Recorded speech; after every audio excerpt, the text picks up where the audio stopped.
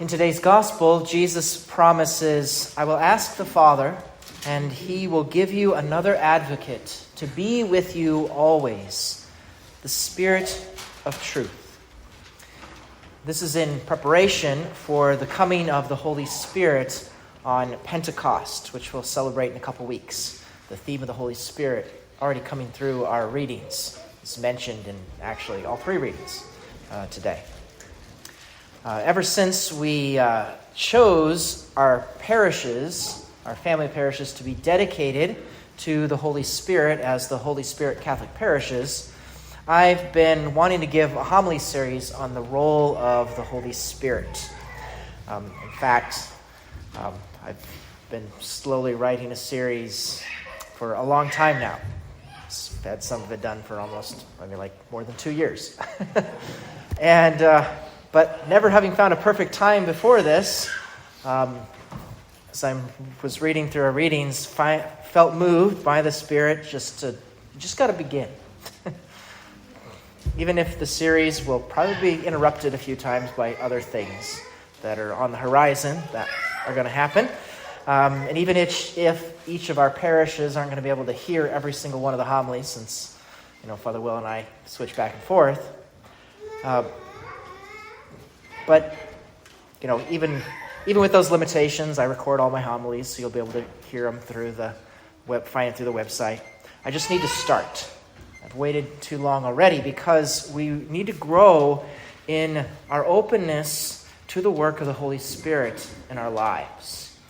The Holy Spirit has a very important role in our lives as Christians, but sometimes we may not always think about him as much as maybe the other two persons of the Holy Trinity. Jesus, maybe he's the easiest for us to relate to, since the second person of the Holy Trinity, took to himself our human nature. It's what we're most used to, our human nature. We can visualize Jesus so much easier than the Father or the Holy Spirit, since Jesus looks like us, a human being. And we have Jesus, of course, present in our churches, here in the Blessed Sacrament, in a very tangible way. So we know where Jesus is.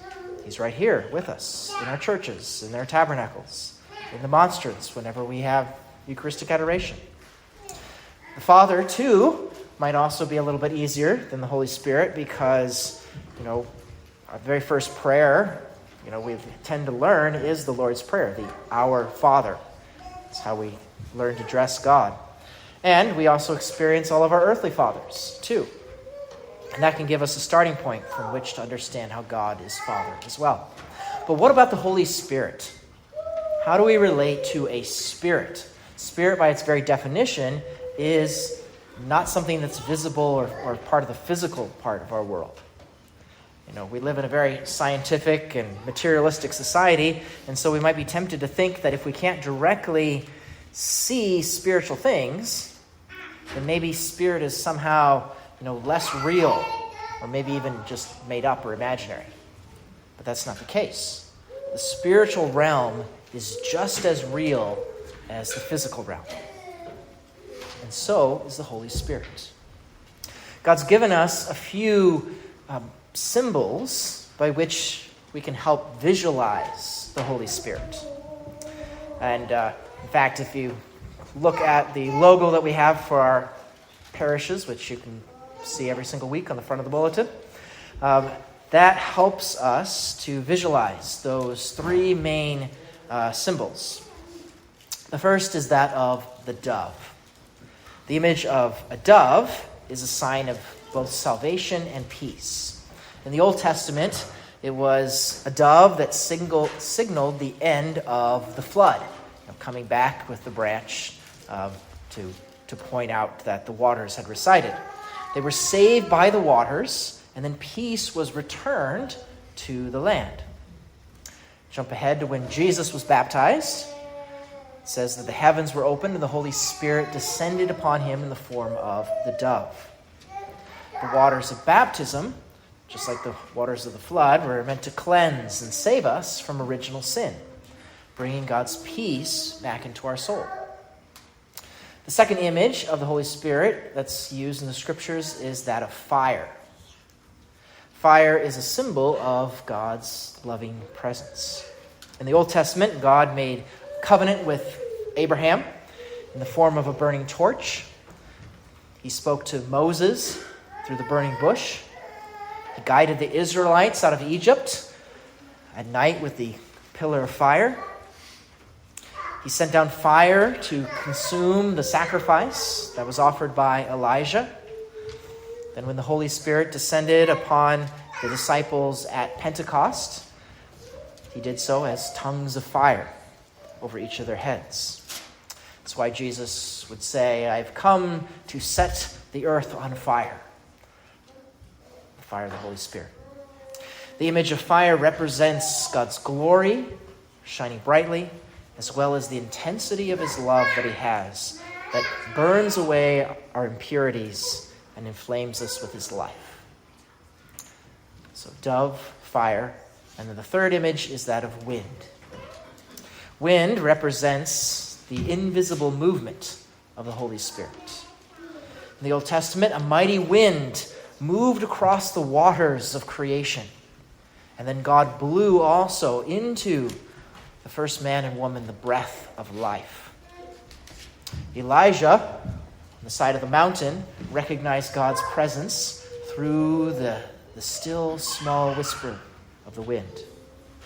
At Pentecost, same image. The Spirit comes down in the form of the strong wind. So like wind, the Spirit is invisible.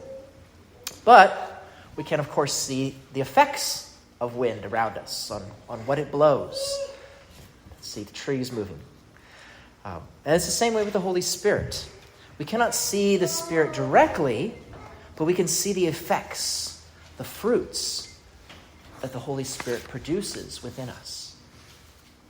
And so if you look at the bulletin afterwards and you look at that logo, you'll see those images. The Holy Spirit in the form of the dove, the source of God's spiritual movements and inspirations, those being represented by the curving lines of wind, the lines that trace out in that image the relative locations of each of our 7 parishes.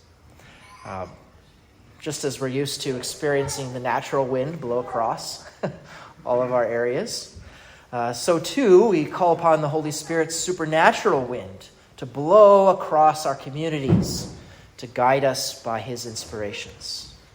The locations of each of our 7 parishes in that image are also marked by the tongues of fire.